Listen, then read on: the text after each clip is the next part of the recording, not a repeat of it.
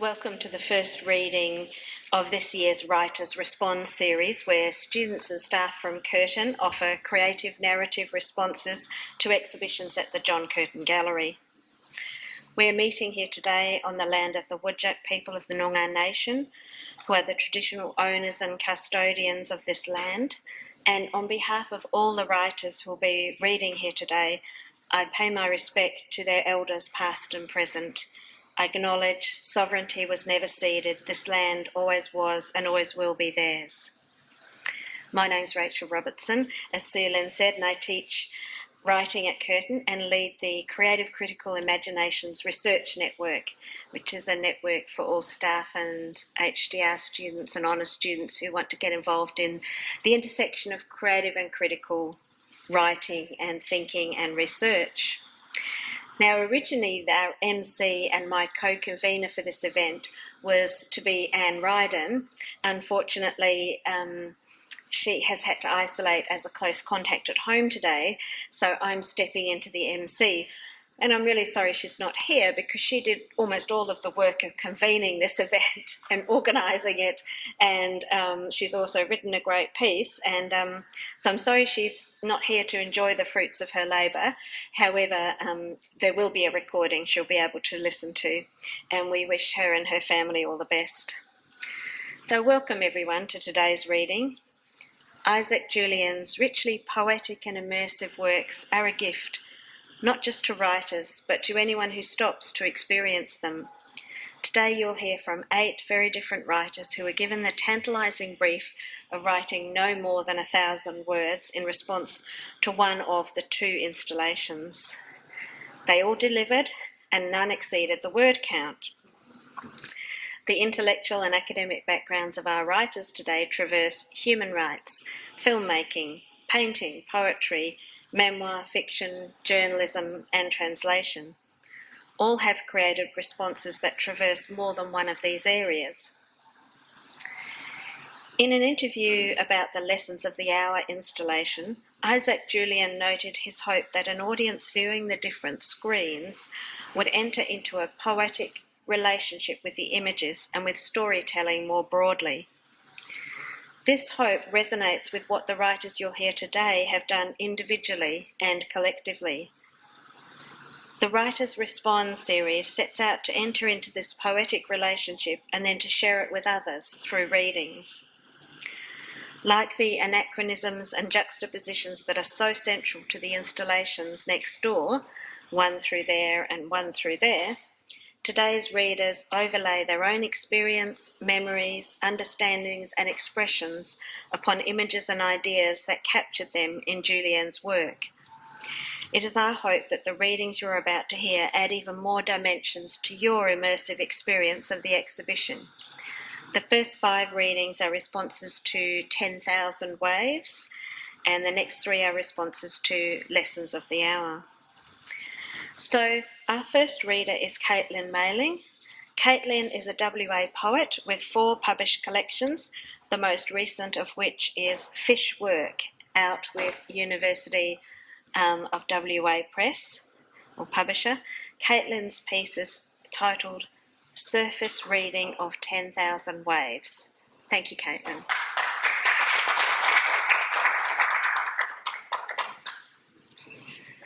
Thanks, Rachel, and thanks, absent Anne.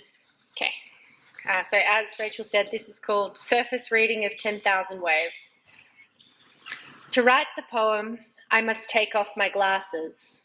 To watch the film, keep them on. My favourite part is the gap between screens, imagining their placements, whether deliberately within or without my arm span, whether the walls of the gallery are flexible enough to move. How many of these are structural beams, load-bearing walls? In the film, a woman in red shoes smokes a cigarette, a tram journeys back and forth.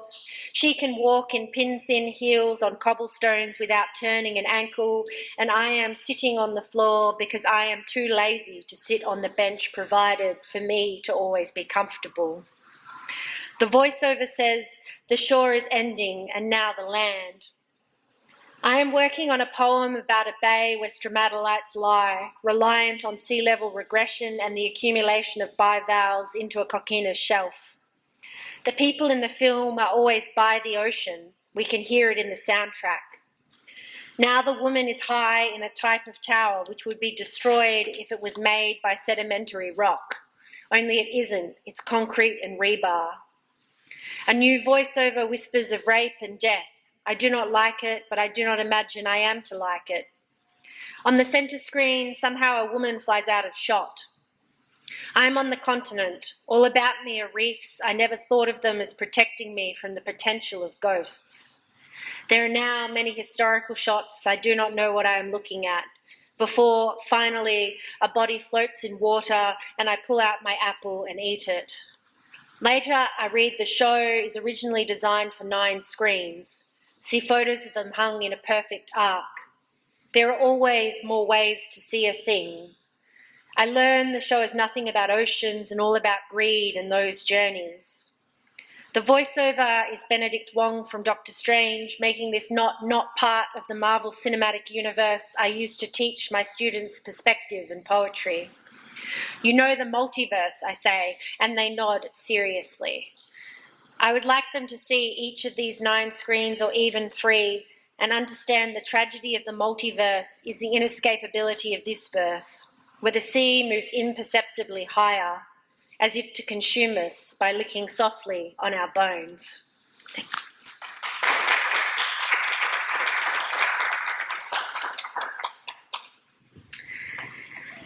Thank you so much, Caitlin. So the next one that Anne has scheduled is my own work called Unfinished Journeys. Shanghai, 2014. Golden temples couched between dusty high-rises, pudong glass towers sitting inside the curl of the Huangpu River, retro fantasy pearl tower, colonial Bund architecture, old women squatting in the gutters, luxury shops, spaghetti road junctions, dumpling street vendors, the cacophony of 25 million people in a city of contradictions. I fell for a beautiful man, his face delicate as jade, his mind sharply subtle. He whispered translations into my ears, words scented of lemongrass.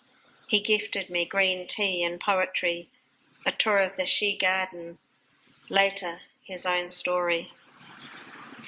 I would not have been surprised to see him lift his arm and peel back the streetscape to Shanghai of the 1930s, Paris of the East, glamorous, seedy, cultured, the refuge for 20,000 European Jews, Hongkou, a home for my Ashkenazi ancestors.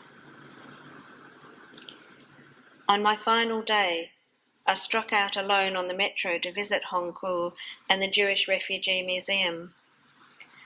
I found myself lost in a maze of back streets, washing hanging from balconies, the secret frontage of small shops, streets where no one spoke English. I passed through unfamiliar laneways with signs only in Mandarin, ignored by people in the middle of their daily tasks. Each time I thought I was finally heading south, as I should have been, I sensed I had circled around and was walking back the way I had come. The 20-minute walk stretched itself, and I realized I would never reach my destination. As if in a dream, I walked on, taking different turns at random, and then following a woman in glamorous shoes. Time and space fragmented. No one in the world knew where I was. Suddenly we emerged onto a major road, traffic roaring past us, and the woman stepped through the doors of the Golden Jades Sunshine Hotel. I was stranded on the pavement, exhausted now from my confused wander. Then I, too, walked into the hotel. The woman I'd followed was nowhere to be seen, but the lobby was like the foyer of every glossy 5-star hotel, and there was a bar with a free table and an English-language cocktail menu. My dreamlike state had passed. I was no longer invisible and estranged. After my drink, I took a taxi back to my hotel and packed my bag for the flight home. I could make no sense of my experiences.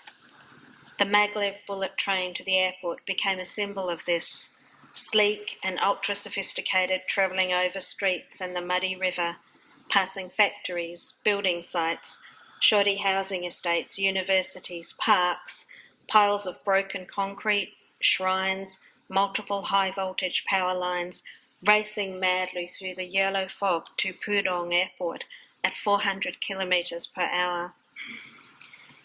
All meaning was fractured by spatio-temporal confusions. Already I longed for home, but also yearned to return. I did return once more, and I met the man with the lemongrass voice several times over the following years, in Shanghai or elsewhere. I grew more used to his coiled gestures, the pauses in his sentences, his rare smiles. But there was always distance between us. He understood my world, I was ignorant of his. That I considered his face, delicate as jade, shamed me with its undertone of exoticism. No matter that his parents and my grandparents were exiles, that he was richer than me, higher status. Always, our connection was frustrated and fragmented. Always just beginning or already over. Always zooming in or out of focus. Like the breaking of a carefully constructed mise-en-scene, the moments slip below or behind or beyond us.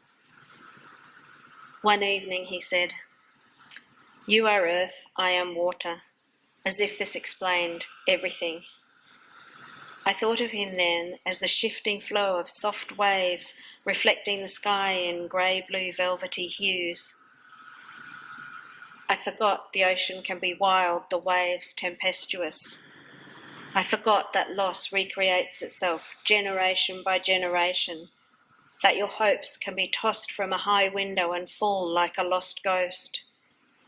I forgot that we are all small boats on unfinished journeys, east to west in search of fortune, west to east in search of wisdom. No stars to point our way. I forgot. This myth is not my myth. Thank you.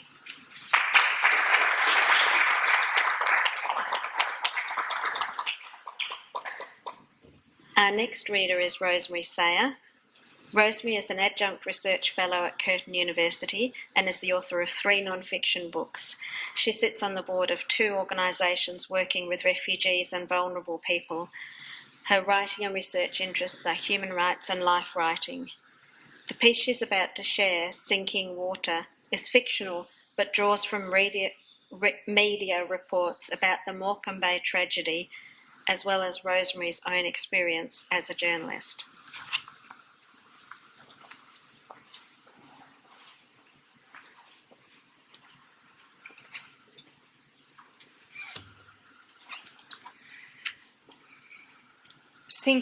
Sinking water, many sinking water. Roseanne stood on the beach as the wind whipped over the water, carrying a fine spray of salt water. It coated her hair and her face, her jacket and jeans. She managed to keep the earpiece connecting her to the studio dry by pulling her knit cap down further. Eventually she heard the studio anchor Bob Sullivan gearing up to cross live to her. We cross now live to Roseanne Sims on the beach at Morecambe Bay. What can you tell us, Roseanne? Thanks, Bob. A tragedy of great significance is unfolding in the waters off Morecambe Bay. The Lancashire police have just confirmed that over 20 Chinese nationals have drowned while picking cockles when the tide turned, and they were caught unawares. All were working illegally. So far, one survivor has been pulled into the rescue hovercraft after being spotted by the Air Rescue Service. He is on his way to shore now, and the ambulance is standing by. And Roseanne, what do we know about the cockle pickers? It's early days yet, Bob, but police suspect these people were part of a people trafficking operation. Smugglers, or snakeheads as they were known in China, encourage workers, often from Fujian province, to come to the UK with the promise of high-paying jobs. These people are living in poverty, and the promise of a better future for them and their families is very alluring. 30 minutes later. An endless expanse of restless grey waves spread out before Roseanne, with the white-capped waves washing onto the damp shore. The wind whips her hair around her face, and she wishes she had worn warmer clothes. She hears Bob in her earpiece yet again. We cross back to Rosemary Sims, who's at Morecambe Bay Beach, where a survivor from the Cockling disaster has made it to shore.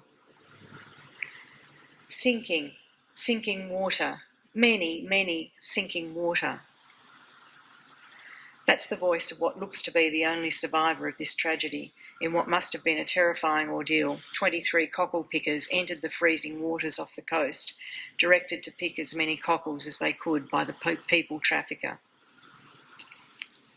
And Roseanne, have the police indicated how long the search will go on? Yes, Bob, we've been told the Police Sea and Search Rescue will be working over the next 24 hours to recover the bodies of the other cockle pickers. The lifeboat operations manager described the grim discovery of the bodies. At one point, we were effectively just sailing through a sea of bodies, and now that moment will stay with me forever. Roseanne conducted 5 more live crosses to the beach before she was told to go home. As she revved the engine of her small Fiat to try and get warm air through its heater vents, she left the beach, now swarming with emergency personnel, lights, and reflected on how her evening had begun. She was sitting in front of a slow-burning fire, toasting her feet on the worn hearth as her grandmother stirred a rich, fragrant stew in the kitchen. She hadn't had time to eat before she was asked to drive the 15 miles to Morecambe Bay to see if she could find out what was happening. In the office, only a skeleton crew sat at their desks, searching out story leads for the next day. Stu, who rarely had a good word for anyone, was monitoring the police radio and picked up the emergency involving, according to him, some slanty eyes, and rang their editor. Roseanne was the closest journalist to the scene. Gran had gone to bed by the time she got home, but she had left outside the porch light. She dropped her bags and slouched down in the armchair covered with a multicoloured crocheted rug.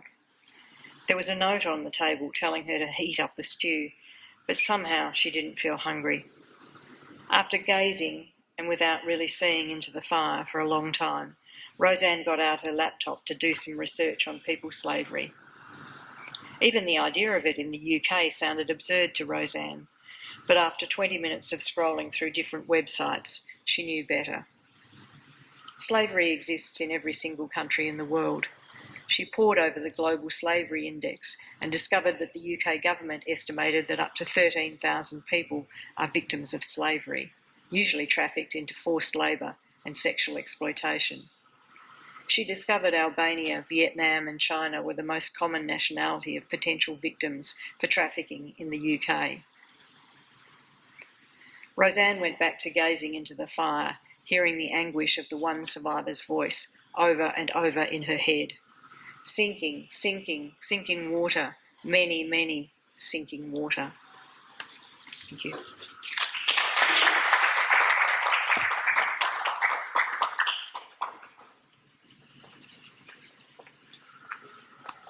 Thank you, Rosemary.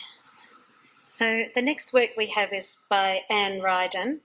She's a senior lecturer in professional writing and publishing, and as she's isolating at home, her work is read by a very kind colleague of ours, Danielle O'Leary, and the work is titled Pawned. Thank you, Danielle.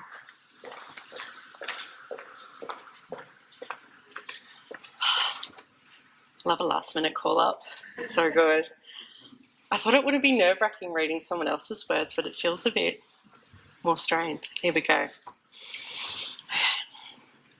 In a time different from ours, a Humphrey Bogart-like silhouette stands next to a single Chinese character painted on the door. Curious, we scan it, but Google Translate will not help with this one. The brush strokes evade the app and we get the message, no Chinese detected. We try draw it into the app, but without knowing how Chinese characters are composed, we invariably draw the parts in the wrong order, and the app translates them stroke by stroke, yielding a series of meaningless sounds. A Chinese scholar comes to our rescue, telling us that it's a traditional transcript of a Chinese character pronounced dung. Used alone, it's often assigned for a pawn shop in China, mostly used before 1949. Down a short, dark wood corridor at the back of the Radisson Blu in Shanghai, there is a door that will take you straight to the forecourt of hell. Go through it, and the acres of gold will render you blind. Milling sellers and buyers will render you deaf, and you will quickly lose all sense of direction. There are no windows and only few exits. If you find a way out, you may accidentally stray from the glittering lights and find yourself walking under the freeway, past homeless people living in squalor, next to impossibly tiny shops with dark fronts. Or you'll end up lost on Nanjing Road, where your boots will be polished while you walk, and against your will, watches that you have no interest in buying will be thrust on your hand, and the word no will lose all meaning. Or maybe you'll end at the pawn shop. The moment you step through the door, the noise and movement of Shanghai disappear, and you are momentarily disorientated by the deeper darkness within. Down to the left, you will see a small brass lamp shining its yellow light on the counter, and in the far right corner, a sliver of light from a crack in a door slashes through the darkness. It is unlikely that you'll be able to see the pawnbroker until your eyes have adjusted, but know that you are being watched as you stretch to look over the high counter. The shelves closest to the door are filled with most recently coveted items now coated in a layer of dust. As you move along, you retrace our shared history of luxury and consumption. If the pawnbroker lets you, you can enter the back room where you'll find a small office with an enormous black safe. The pawnbroker will turn the large dial in a secret combination to release the lock. The heavy door will slowly swing open. At this point, depending on which decade you have entered the pawn shop, the nostalgic and dusty ambience may lead you to light a cigarette and take a sip of the whiskey that has appeared in your hand.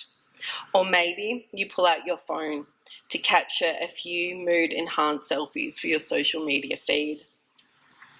There is a sharp click and a light comes on. Curiosity pulls you in and you immediately forget about the whiskey, cigarette and phone.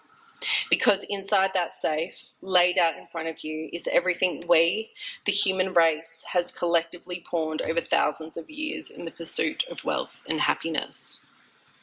The first thing you see is 23 Chinese cockle pickers drowning in England and the few who made a profit from their work. Then you see tens of thousands of people living undocumented in modern slavery in Australia, and the consumers across that vast country enjoying their strawberries at $1 a punnet. You see hundreds of women thousands of kilometres away from their home put to work in China, and the happy owners of brand-conscious shoes in America, in Europe, in Asia, in Australia. You shift your gaze a little and you see mountains of donated textiles slowly rotting in Ghana, and the Marie Kondo-style happy mindfulness in citizens of the countries that they came from. And you see Congolese boys and men digging for 12 hours a day with their bare hands for minerals that make smartphones smart, all for the price of 2 bottles of water. You keep looking, and eventually you see the cost of everything we've pawned, the lives, the health, and the futures. It's truly difficult to comprehend the vastness of what we've done. The old pawnbroker sighs and makes an imaginary sweep of the contents of the safe. This system has never worked, he says. When the shop first opened, the pledges were smaller and less frequent. Everything speeds up as time passes. The weight of history pulls on every fold in the pawnbroker's face. I wait, but for nothing. Nobody ever returns their loans, he says. You leave heavy with what you've seen. Depending on the era, you will now catch a tram or the metro and step out on the bund where the spectacle of progress is complete. Awe fills your mind where minutes there before were despair. You buy silk scarves, a purse, and traditional combs to give to people when you get home. And as you soak the wonderful strangeness and glamour that surrounds you, the image of the pawnbroker slowly dissolves back in time and out of our minds. Thank you. Well done.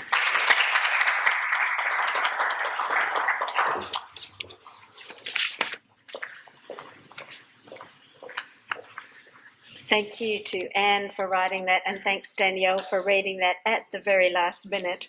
We appreciate that. So the next reader and the final one to read, inspired by the 10,000 Waves, is Deb Debrahun. Deb is a senior lecturer in creative writing at the School of Media, Creative Arts and Social Inquiry here at Curtin. Her writing has been published in a range of anthologies, edited collections and journals, and includes short stories, creative non-fiction and academic essays on literature, film and television and reviews. And Deb will be reading her piece, Memo to Shanghai.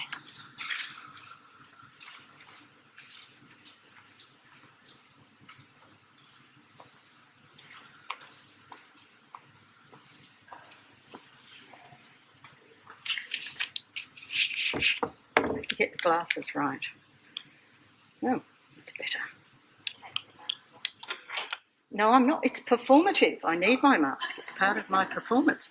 Can everybody hear me? Thank you. 3 memos to Shanghai, written upon viewing 10,000 Waves. A woman exits a bookshop. I breathe the darkly filtered air with caution as steady as a hand practised on a pulse.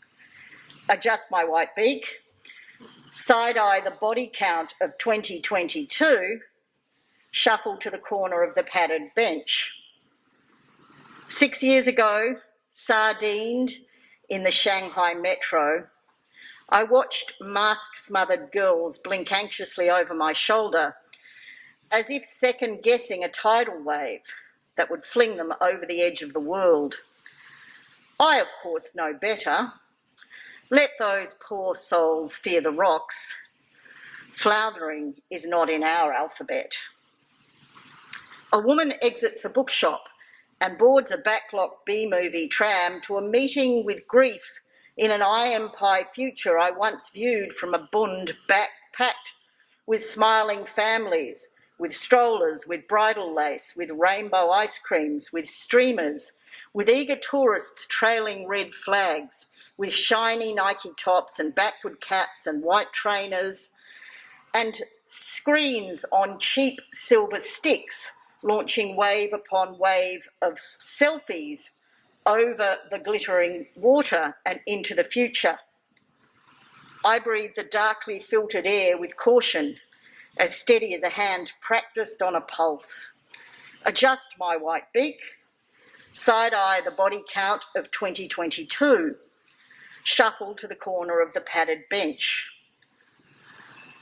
Several years later, CNN footage unfurls that present like a tone-deaf photocopy purge of its past. An unrelenting negative spool of a concrete desert. Nothing, no one. A whip of waves on the water, a strand of ghost-like ships, a sudden straggler scurrying crab-like across the screen. Good night, Shanghai, good night. I'll see you in my dreams. And yet I still know better. Let the poor souls flee to the rocks. Dystopia is not in our alphabet. A woman exits a bookshop, boards a B-movie tram, sits forlorn waiting for grief to call in an I Am Pie future I'd once viewed from the feck me. It's a butterfly goddess fierce and powerful, bent on unravelling fate. The seams of her magic split, the guts come tumbling out, the ropes and the pulleys and the levers, and here it is, the thrill of unfurling a kite, then the quick whipping pull, heavy but buoyant, cutting into my twisting, gliding fists, the illusion of control disguising surrender to the logic of teamwork, the wind filling the kite, taking the lead, gliding me forward. On a visit to the Yew Gardens, I stopped at a paved square off Renmin and Long Tan roads. Beaming old couples waltzed underneath a gate and by me in circles with buoyant precision, blessed by the midday sun. I breathed the darkly filtered air with caution as steady as a hand practised on a pulse. Adjust my white beak, side-eye the body count of 2022, shuffle closer to the corner of the padded bench. Of course I don't know better. Of course I never did. Let these dear lost souls waltz above the rocks. Waltzing should be in our alphabet. Thank you.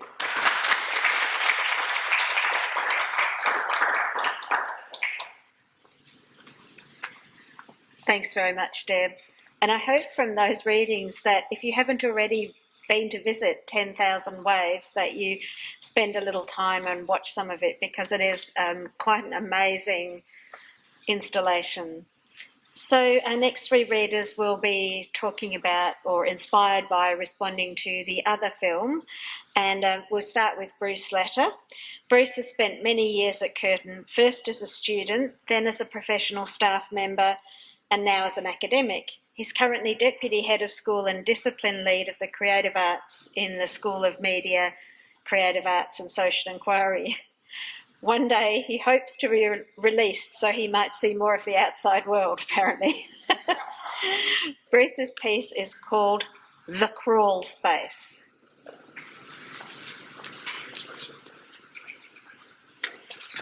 My first job at Curtin was as an artisan. Sounds like I've been here since the late Renaissance.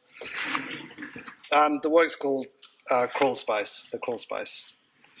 A little over 20 years ago, I spent some time snoozing in the roof space of this gallery. Up above the ceiling panels and out of sight, I reclined in the darkness. The crawl space was an ideal hiding spot and offered a moment of calm and respite as tiredness and fatigue from long days of physical installation work started to take their toll. The light from the gallery below created a bright grid on the ceiling. From my unusual vantage point, the video work created strips of blue hue between the square panels. It made my ceiling panel like a raft in an enveloping darkness. I closed my eyes to block out the light, and the afterglow of the grid gave me the sense I was in a Tron-like video game. As the light diminished from the back of my retina, I thought about the video work being installed below. The artwork was a 2-projection video installation called Around Now by the Irish artist Grace Weir.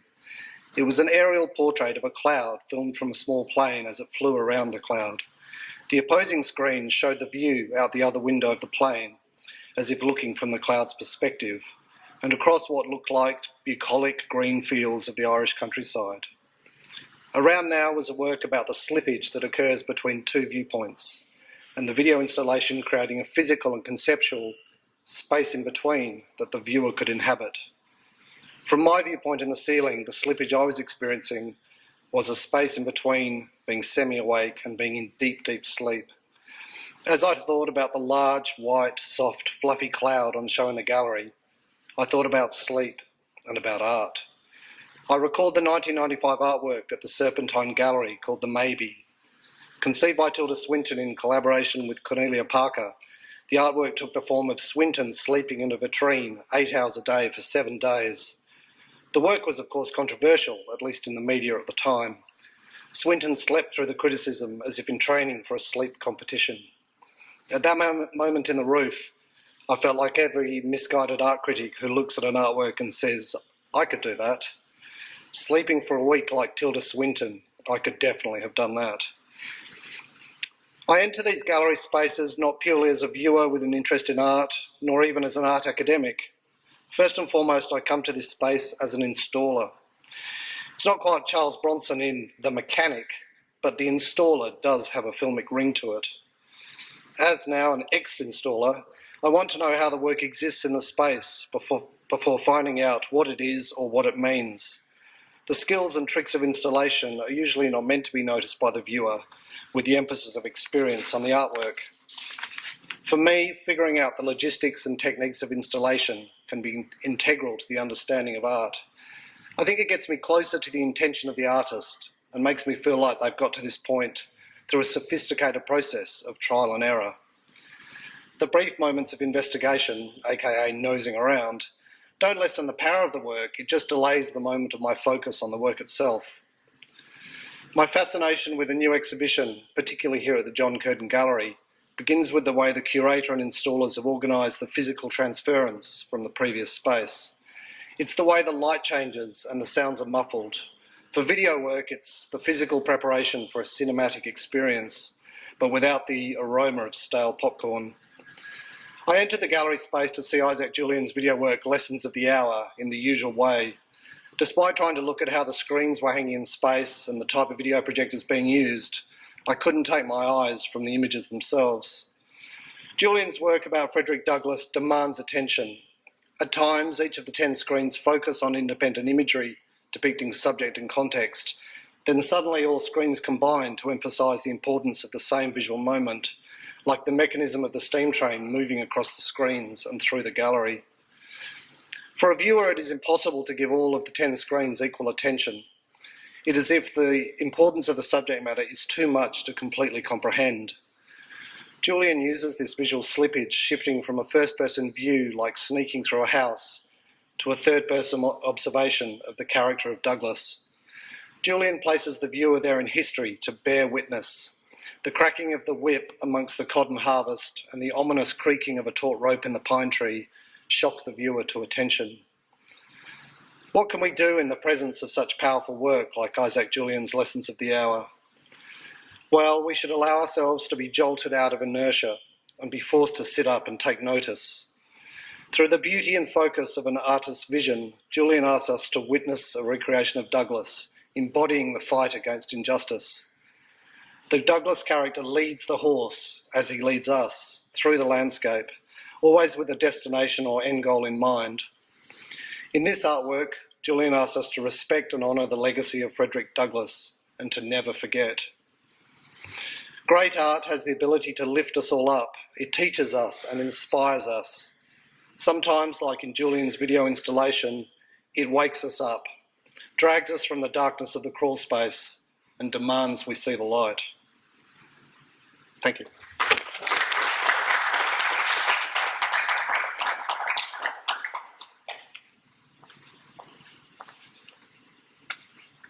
Thanks, Bruce. This is the first I've heard of the crawl space. So interesting. I'm going to be looking for it from now on. Our next reader is Karin Eli Harper. She's a creative media researcher and practitioner with a background in theatre and film performance. Her media projects include documentaries, short fiction, dance films, and virtual 3D digital texts. Karin will be reading a personal response to Isaac Julien's Lessons of the Hour, titled Interpreting, Reimagining and Communicating History and Pictures. Thank you.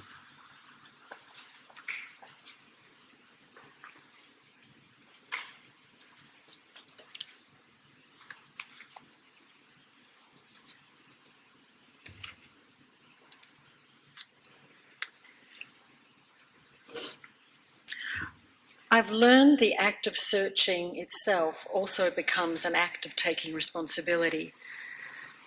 A Book of Reasons, John Vernon.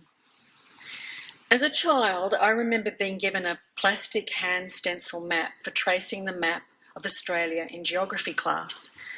Tasmania was left to be drawn freehand. Tracing the lines of each state in lead pencil, I was careful not to smudge the borders.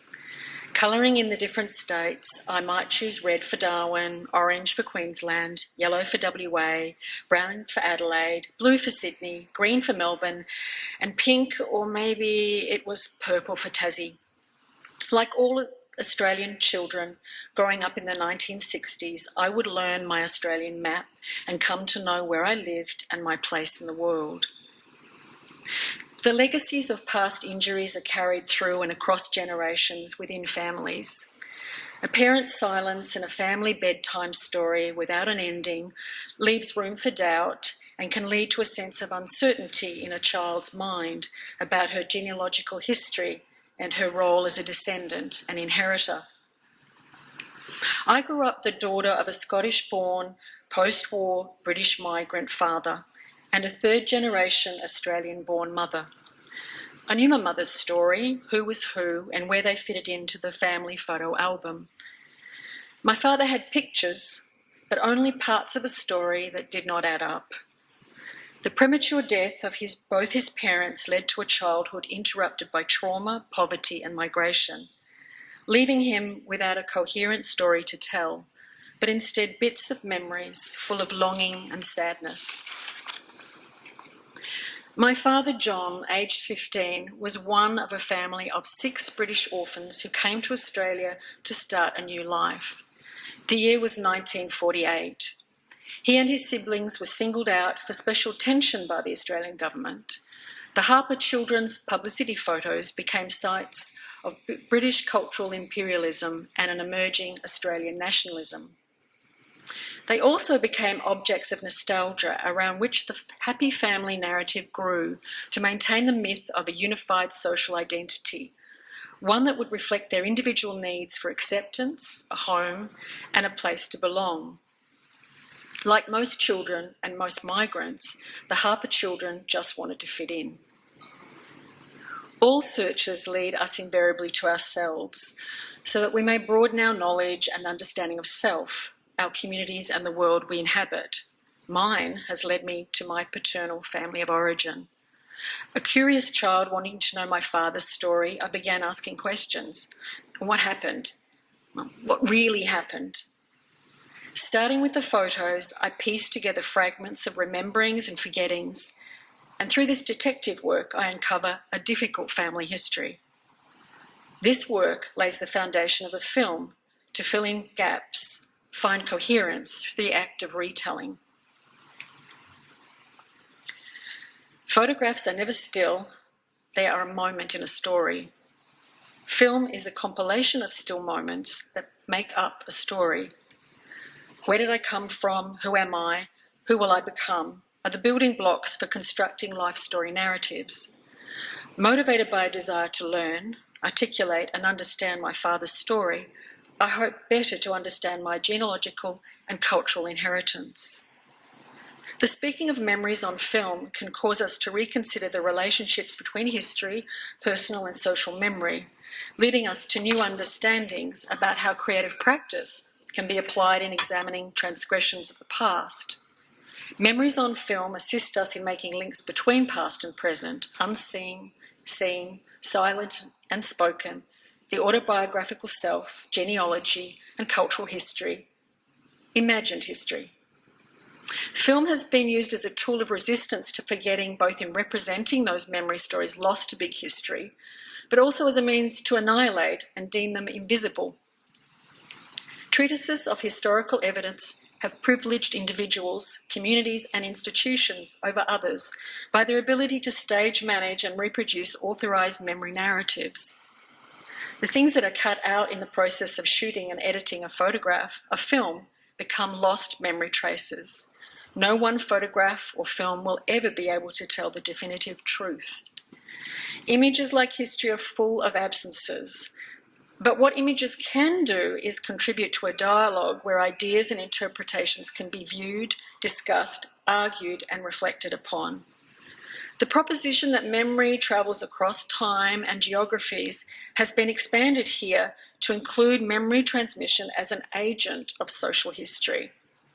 Isaac Julien's creative reconstruction of Frederick Douglass's testimonies, aligned with other narratives of social justice movements on multiple screens, heralds Douglass's own vision, quote, the whole soul of man as a grand panorama, enabling us to see how image production is intertwined with the personal, political, social, and public spheres.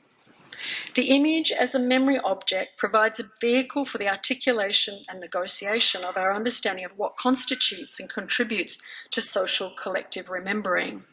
The archive reimagined in the gallery as a form of memory theatre restages and repeats memory narratives for a current and succeeding generations. The ghostly shadows of the silent past, of traumatic experiences of past generations that need to be reworked, are brought into view to be seen and reintegrated into the social and collective memory. This is the work that pictures can do, still and moving, even if we were never there. Thank you.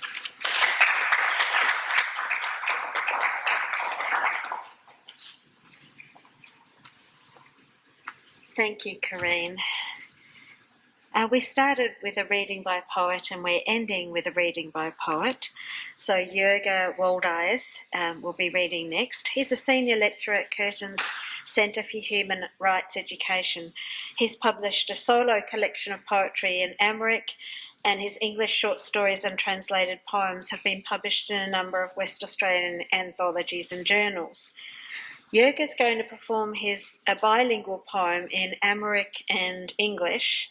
The English title is Your Slave.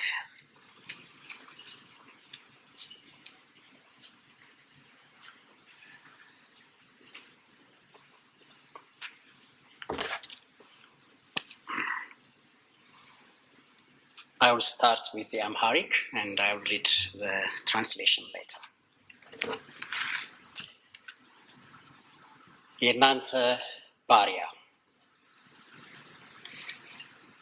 ካመለጥኩ በኋላ ከባርነት ቀንበር ወደዚያ እርሻ ቦታ አይኖችን ሳማትር አያለሁ አጥንቶች ማሳው ላይ ያረፉ ነጫጭ ጥጥ ሆነው ከሰውነቴ ጋር አብረው የተሰፉ የጀርባዬን ቆዳ ካፈሩ ጋር አስሮ የተጋደመውን የሽቦ ቋጠሮ ከሰው አይን ደብቄ ብቻዬን ቆሜያለሁ ከጥቁር ገላ ላይ ለወፈሩ ዛፎች እንደዚህ እላለሁ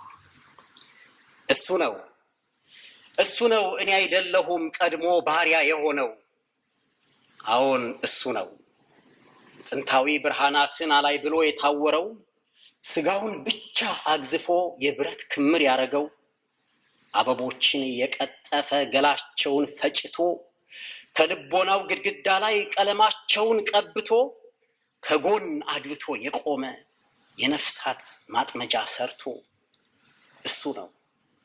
እሱ ነው እኔ አይደለሁም ቀድሞ ባሪያ የሆነው አዎን እሱ ነው ዘመኑን ሁሉ ለሰላምታ እጁን ዘርግቶ ያልሰጠ በአንድ እጁ ጥቁር መጽሐፍ በቆዳ የተለበጠ በአንድ እጁ ጥቁር አለንጋ ዘወትር እንደጨበጠ የሰንበት መስዋዕት ብሎ አካል ዛፍ ላይ አንጠልጥሎ በአደባባይ ያሰጣ ጥቁር ቆዳ የላጠ ጥጥ ከውስጡ ሊያወጣ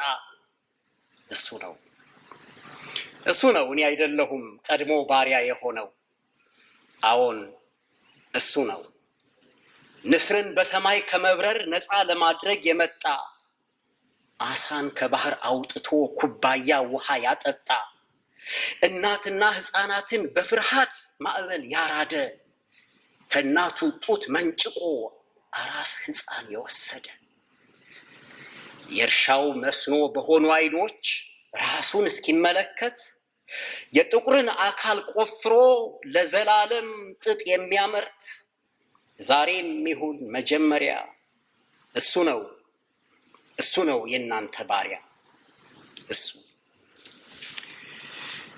Okay, I will read the English now. Your slave. After I escaped bondage, I saw the plantation, scattered bones of cotton woven into my skin, I hid the barbed notes that tied my back to the soil and lectured the trees that grew on black bodies. I told them this. It was not me who was a slave first.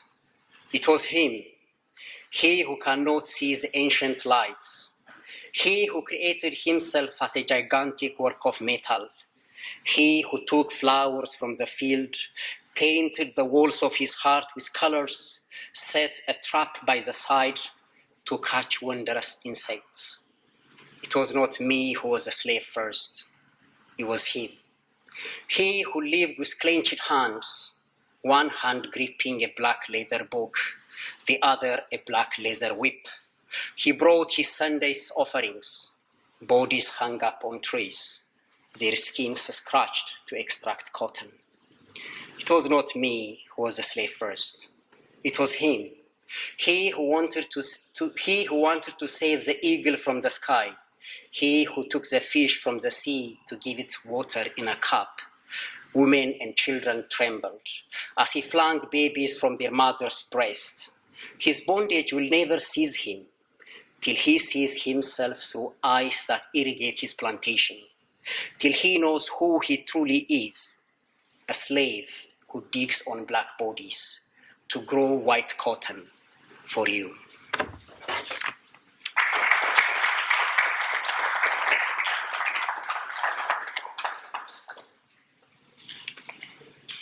Thank you so much, Jurga. I'm sure everyone would agree with me in saying it was just wonderful hearing that in its original language or in two languages. So, such a treat.